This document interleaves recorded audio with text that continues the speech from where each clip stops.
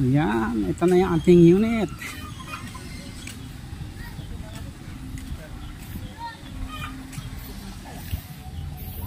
Yung unit yan. So nakabit na lahat ng mga belt. I-start natin, then observe natin ang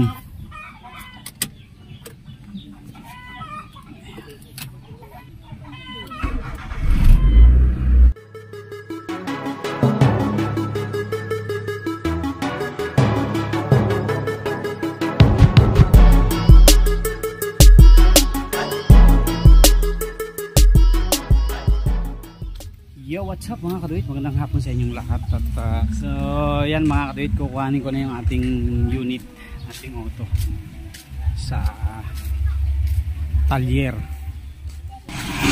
So yan, dito lang yung talyer mga kaduit. Malapit din na sa amin, walking distance lang.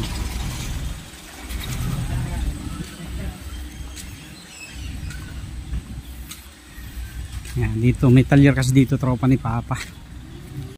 Yan, ito na yung ating unit.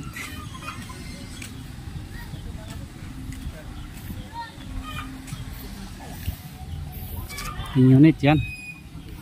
So nakabit na lahat ng mga belt. Yan, ang pulley dyan ang natanggal. Start natin. Pwede na po i-start? I-start mo na po kanina? Tagal ko pinanda.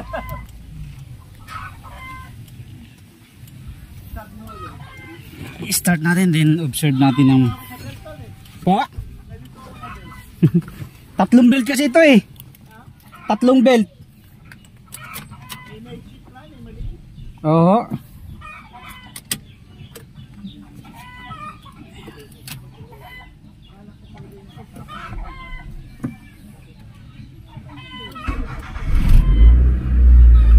Na-miss natin ang ating auto, ilang araw na naka-park.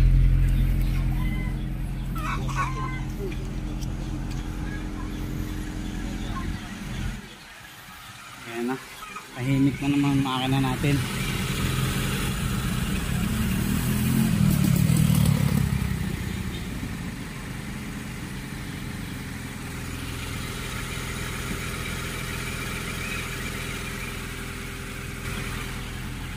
So yan ang tunog ng makina natin mga kalit.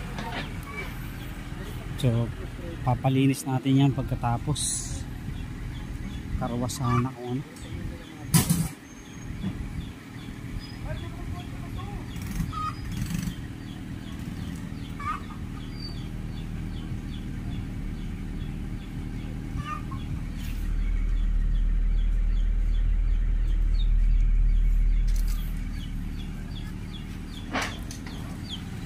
Ayos na ulit mga karit. So napelta namin yung tornilyo, naputol talaga pala siya.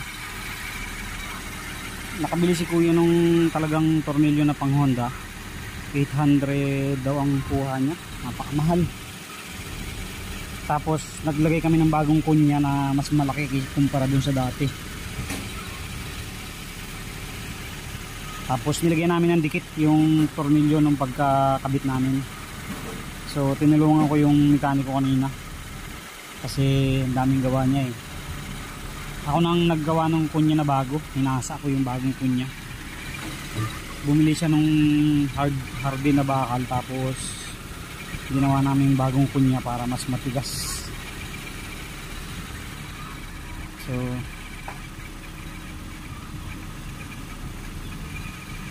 okay na siguro to mga karit. Uwi na natin.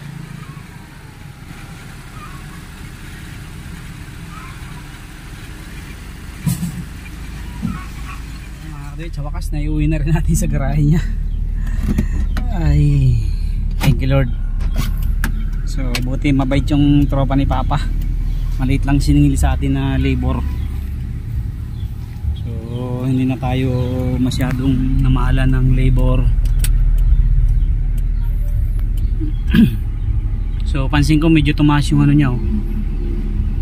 Medyo tumaas yung RPM niya. Nag 1.1 siguro yan, 1.1. Nag 1.1 siguro yung RPM niya. Medyo tumaas siya. Nagbago nung ano, pagbabaan na lang natin ng konti siguro yan.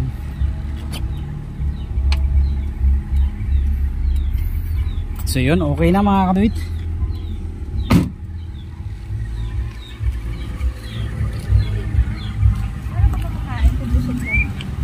Okay na. So thank you very much at nakauwi na rin sa ating Honda.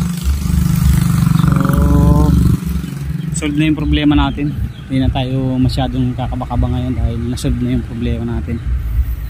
So lesson learned na rin. Talagang kailangan i-check sa mga lumang sasakyan na mabibili natin. Kailangan check talaga, double check. So na-anticipate natin yun dahil main pulley yun eh. Hindi natin masyadong napukusan. Nag-focus tayo sa makina na okay naman yung makina natin. So ayan na mga kaduit. Sana maging okay na tuloy-tuloy ang ating unit. Thank you very much po. God bless po sa inyong lahat. Nakabalik na ang ating Mekos. Grabe dumi oh. Grabe. Oh, dumi.